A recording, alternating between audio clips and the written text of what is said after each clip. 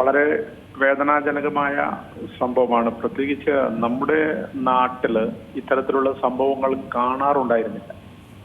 നമ്മൾ ഇന്നലെ ഈ ഫൈനൽ മത്സരം IPL ഫൈനൽ മത്സരം നടന്നത് ഏകദേശം 1.5 ലക്ഷത്തോളം പേർക്ക് ഇരിപ്പിടമുള്ള നരേന്ദ്രമോദി സ്റ്റേഡിയത്തിലായിരുന്നു. അവിടെയൊക്കെ ഇപ്പം അതായത് വലിയ ഒരാൾക്കൂട്ടം എത്തുമ്പോഴും വളരെ ശക്തമായിട്ട് സജ്ജീകരിച്ചിട്ടുണ്ടായിരുന്നു. ഇപ്പം നമുക്കറിയാം ക്രിക്കറ്റ് എന്ന് പറയുമ്പോൾ ഇപ്പം എനിക്ക് പെട്ടെന്ന് ഓർമ്മ വരുന്ന ഒരു കാര്യം, കഴിഞ്ഞ 2023 വേൾഡ് കപ്പ് ഫൈനൽ ഞാൻ ആ മത്സരം റിപ്പോർട്ട് ചെയ്യാനായിട്ട് നരേന്ദ്രമോദി സ്റ്റേഡിയത്തിൽ പോയ ആളാണ്. അപ്പൊ നമ്മൾ അവിടെ കാണുന്ന കാഴ്ചകൾ എന്ന് പറയുന്നത് വലിയ സ്റ്റേഡിയം, 1.5 ലക്ഷത്തിന്റെ കപ്പാസിറ്റി എന്ന് പറയുമ്പോൾ നമുക്ക് ഊഹിക്കാവുന്നതിലും അപ്പുറമാണ് കാര്യങ്ങൾ. കാരണം യൂറോപ്പിലൊക്കെ നമ്മൾ പോയി കഴിഞ്ഞാൽ ശരാശരി കപ്പാസിറ്റി ഒക്കെ വരുന്നത് 50,000 60,000 ഒക്കെയാണ്. അവിടെ തന്നെ വെൽ അറേഞ്ച്ഡ് ആണ് സ്റ്റേഡിയങ്ങളൊക്കെ. ഇപ്പോഴ് അഹമ്മദാബാദിലൊക്കെ വെൽ അറേഞ്ച്ഡ് ആണ്, വലിയ പ്രശ്നങ്ങളൊന്നും ഉണ്ടായിരുന്നില്ല. വലിയ ആൾക്കൂട്ടം, ഇന്ത്യയും ഓസ്ട്രേലിയയും തമ്മിലുള്ള ഫൈനലൊക്കെ ആയിരുന്നു. പക്ഷെ ഇവിടെ ഈ ചിന്നസ്വാമി സ്റ്റേഡിയത്തിൽ എനിക്ക് തോന്നുന്നു വലിയ ഒരു ദുരന്തത്തിലേക്ക് കാര്യങ്ങൾ പോവാനുണ്ടായ സാഹചര്യം എന്ന് പറയുന്നത് വിത്തൗട്ട് എനി പ്രിപ്പറേഷൻ. സാധാരണഗതിയിൽ ഇപ്പോൾ ഇന്നലെയാണ് RCB 18 വർഷത്തിന് ശേഷം കിരീടം സ്വന്തമാക്കിയത്.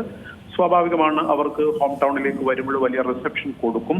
ഈ റിസപ്ഷനായിട്ടുള്ള ഒരുക്കങ്ങൾ വേണം.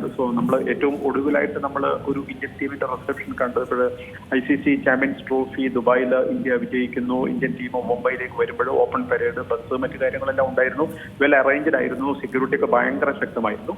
പക്ഷെ ബാംഗ്ലൂരിലെ കാര്യങ്ങൾ എന്ന് പറഞ്ഞു കഴിഞ്ഞാൽ ഞാൻ മനസ്സിലാക്കുന്നത്, കാരണം ഇത് ഒരു കോർഡിനേഷൻ ഇപ്പോൾ കർണാടക ക്രിക്കറ്റ് അസോസിയേഷനും പോലീസും തമ്മിൽ, പോലീസ് ആദ്യം മുതൽ ഇതിനെ എതിർത്തു എന്ന് പറയുന്നുണ്ട്. കാരണം പ്രതികൂല കാലാവസ്ഥയാണ്, സാഹചര്യങ്ങൾ മോശമാണ്. പിന്നീട് ചിന്നസ്വാമി സ്റ്റേഡിയം നമുക്കൊക്കെ അറിയാം, വളരെ ടൗണിൽ, അതായത് നഗര മധ്യത്തിലുള്ള ഒരു സ്റ്റേഡിയം തന്നെയാണ്. അങ്ങോട്ട് എത്തിപ്പെടുക എളുപ്പവുമാണ്. പക്ഷേ വലിയ തിരക്കുള്ള വഴിയിലൂടെയാണ് ഈ സംഭവങ്ങളൊക്കെ നടക്കുന്നത്. അപ്പോൾ വിതൗട്ട് എനി പ്രിപ്പറേഷൻ ഇവര് വലിയ, അതായത് കുറെ നമ്മുടെ വാട്സപ്പ് വഴിയൊക്കെ ആയിട്ട് കുറെ തെറ്റായ മെസ്സേജസ് എല്ലാം പോയി. കാരണം സ്റ്റേഡിയത്തിന്റെ എല്ലാ ഗേറ്റ്സും ഓപ്പൺ ആണ്, പബ്ലിക്കിന് വിതൗട്ട് ടിക്കറ്റ് ഓർ പാസ് കയറാം എന്നൊക്കെ പറഞ്ഞിട്ടുള്ള മെസ്സേജ് ഒക്കെ പോയി. അങ്ങനെ ഏകദേശം എനിക്ക് തോന്നുന്നു ഇവിടെ നമ്മൾ കോഴിക്കോട് നിന്നൊക്കെ ആൾ പോയിട്ടുണ്ട്. കാരണം RCBയുടെ ഫാൻസ് ഒക്കെ ഈ വിരാട് കോഹ്ലി ഉൾപ്പെടെയുള്ളവർ ഓപ്പൺ ബസ്സിൽ പരേഡ് നടത്തുന്നു, കാണികളെ അഭിവാദ്യം ചെയ്യുന്നു. ആ കാഴ്ചകളൊക്കെ ആഘോഷിക്കാനും കാണാനുമായിട്ട് പോയതാണ്. പക്ഷെ സംഭവിച്ചിരിക്കുന്നു നമ്മളിപ്പോൾ പണ്ടൊക്കെ ആഫ്രിക്കൻ രാജ്യങ്ങളിലൊക്കെ കാണുന്നത് പോലെ ഏറ്റവും ഒടുവിലായിട്ടൊക്കെ നമ്മൾ കണ്ടിട്ടുണ്ട്. ഏറ്റവും എനിക്ക് തോന്നുന്നു റീസെന്റ് ആയിട്ട് കണ്ടൊരു കാഴ്ച, ഇപ്പോൾ PSG UEFA ചാമ്പ്യൻസ് ലീഗ് കിരീടം നേടിയപ്പോൾ പാരീസ് പോലെ ഒരു സ്ഥലത്ത് ഒരു 5-6 പേരൊക്കെ മരിച്ചിട്ടുണ്ടായിരുന്നു. 2 ദിവസം മുമ്പാണത്. അത് പക്ഷേ ഇത്തരം തിക്കും തിരക്കുമല്ല, അത് ഈ ക്ലബ്ബുകളുടെ ഫാൻസുകൾ തമ്മിലുള്ള ഏറ്റുമുട്ടലൊക്കെ ആയിരുന്നു. എന്തായാലും ഇന്ത്യയിൽ ഇത്തരം ഒരു സംഭവം വളരെ അപൂർവമാണ്. പക്ഷെ നമ്മുടെ തൊട്ടരികിലുള്ള ബാംഗ്ലൂരിൽ അത് സംഭവിക്കുമ്പോൾ, അതായത് ഈ കാഴ്ചകൾ ഞാനിപ്പോൾ വിഷ്വൽസ് ഒക്കെ കാണുമ്പോൾ ആ തിക്കും തിരക്കും, അതായത് അത്രയും ആളുകൾ ഒരേ സമയത്ത് എത്തിച്ച് കയറുകയാണല്ലോ. അപ്പോൾ അതുകൊണ്ട് സംഭവിച്ചാണ്. എന്തായാലും പ്രതിക്കൂട്ടിലേക്ക് ആളെ കയറ്റുകയല്ല, മറിച്ച് ഇത് നമുക്കൊരു മുന്നറിയിപ്പാണ് സത്യത്തിൽ. കാരണം നമ്മൾ ഈ നമ്മുടെ പല സിറ്റീസിലായിട്ട് പല ആഘോഷങ്ങളൊക്കെ ഈ രീതിയിൽ തന്നെ വിത്തൗട്ട് എനി കൺട്രോളാണ്, വിത്തൗട്ട് എനി സെക്യൂരിറ്റിയാണ് ഇതൊക്കെ നടത്താറുള്ളത്. എന്തെങ്കിലും ശരി പലപ്പോഴായിട്ട് നമ്മൾ രക്ഷപ്പെടുന്നതൊക്കെ ഭാഗ്യത്തിന് മാത്രമാണ്. ഇപ്പം കൊച്ചിയിലൊക്കെ കഴിഞ്ഞ വർഷം കുസാറ്റിലൊക്കെ ഉണ്ടായ സംഭവങ്ങളൊക്കെ ഞെട്ടിക്കുന്ന കാഴ്ചകളൊക്കെ ആയിരുന്നു. എന്തായാലും ഇത് വലിയ, അപ്പം RCB പോലുള്ള ഒരു ടീം, ഇപ്പോൾ ക്രിക്കറ്റ് പ്രേമികൾ ഭയങ്കര ആഘോഷത്തിലേക്ക് പോകുന്ന ഒരു വേളയിലാണ് ഒരു കറുത്ത വാർത്തയായിട്ട് ഈ സംഭവം മാറുന്നത്. എന്തായാലും 11 പേർ 12 പേർ എന്നൊക്കെ പറയുന്നു, കൂടുതൽ പേരൊക്കെ ഹോസ്പിറ്റലിൽ ഉണ്ടെന്ന് പറയുന്നു. വലിയ വലിയ ദുരന്തമാണ്. ഈ സംഘാടകരുടെ ഭാഗത്തു നിന്നൊക്കെ മതിയായ സുരക്ഷ ഒരുക്കാത്തതാണോ ഇത്തരത്തിലൊരു ദുരന്തത്തിലേക്ക് കലാശിക്കാൻ കാരണം താങ്കൾ പറഞ്ഞതുപോലെ തന്നെ വലിയൊരു സ്വീകരണം തന്നെ ഈ ടീമിന് അവിടെ ഒരുക്കുമെന്ന് മുൻകൂട്ടി കാണേണ്ടതായിരുന്നില്ലേ? ഇത്തരത്തിൽ എന്തെങ്കിലും സുരക്ഷാ വീഴ്ച സംഭവിച്ചതാകുമോ? സുരക്ഷാ വീഴ്ച 100% സുരക്ഷാ വീഴ്ചയാണ്. കാരണം ആ വിഷ്വൽസിൽ നിന്ന് തന്നെ അത് പ്രകടമാണ്. കാരണം ആളുകൾ വളരെ ഗംഭീരമായിട്ട് അങ്ങ് ഒഴുകുകയാണ്. ആ ഒഴുക്ക് എന്ന് പറയുന്നത് സ്റ്റേഡിയം ലക്ഷ്യമാക്കിയാണ്. അപ്പൊ സ്റ്റേഡിയത്തിലേക്കാണ് പ്ലെയേഴ്സ് വരിക.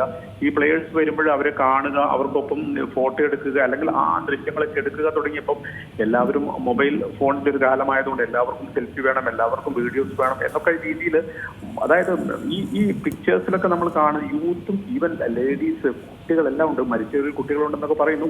പക്ഷേ സെക്യൂരിറ്റി എന്ന് പറയുന്നത് ഇപ്പോഴും ഇന്നലെ അർദ്ധരാത്രിയോടുകൂടിയാണ് RCBക്ക് അഹമ്മദാബാദിലെ കിരീടം ഉറപ്പാകുന്നത്.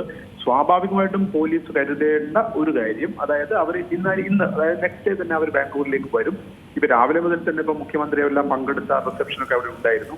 ഓപ്പൺ പരേഡ് ഉണ്ടാവും. അതിന് ശക്തമായിട്ട്, അതായത് ഒന്നുകിൽ പോലീസ് വളരെ കർക്കശമായിട്ട് കർണാടക ക്രിക്കറ്റ് അസോസിയേഷനോട് ഇത് പറയണമായിരുന്നു, പാടില്ല, കാരണം ഞങ്ങളുടെ കൈവശം ഫോഴ്സ് ഇല്ല, അല്ലെങ്കിൽ ഞങ്ങൾക്ക് അതിന് പെട്ടെന്ന് അറേഞ്ച്മെന്റ് കഴിയില്ല എന്നൊക്കെ പറയണമായിരുന്നു. പക്ഷെ എനിക്ക് തോന്നുന്നു ഇതിപ്പോ മുഖ്യമന്ത്രി ഉൾപ്പെടെ എല്ലാവരും പങ്കെടുത്ത ഒരു പരിപാടി ആയതുകൊണ്ട് പോലീസിനും അവരുടെ ലിമിറ്റേഷൻസ് ഒക്കെ വന്നിട്ടുണ്ടായിരിക്കാം. എന്തായാലും എന്ത് തന്നെയാണെങ്കിലും സെക്യൂരിറ്റി വീഴ്ചയാണ് ഈ സംഭവത്തിന് പറയുന്നത്.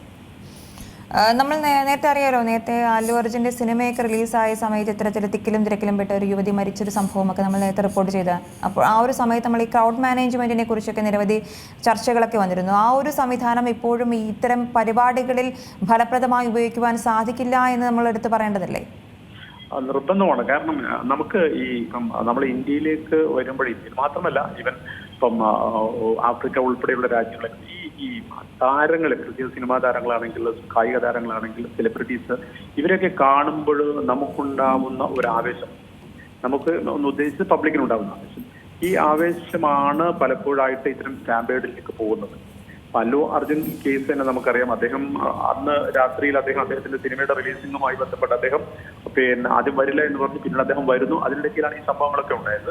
ഇതിപ്പോഴ് ശരിക്കും ഇന്നലെ തന്നെ അറിയാമല്ലോ ഇന്ന് എന്തായാലും പരേഡ് ഉണ്ട് എന്നുള്ള കാര്യം. പക്ഷേ ആ പരേഡ് ഇപ്പം കർണാടക ക്രിക്കറ്റ് അസോസിയേഷൻ, പോലീസ് പറയുന്നത് കർണാടക ക്രിക്കറ്റ് അസോസിയേഷനോട് കാര്യമേ ആദ്യമേ പറഞ്ഞിട്ടുണ്ടായിരുന്നു, പക്ഷെ അവര് ചെവി കൊണ്ടില്ല എന്നാണ് പറയുന്നത്.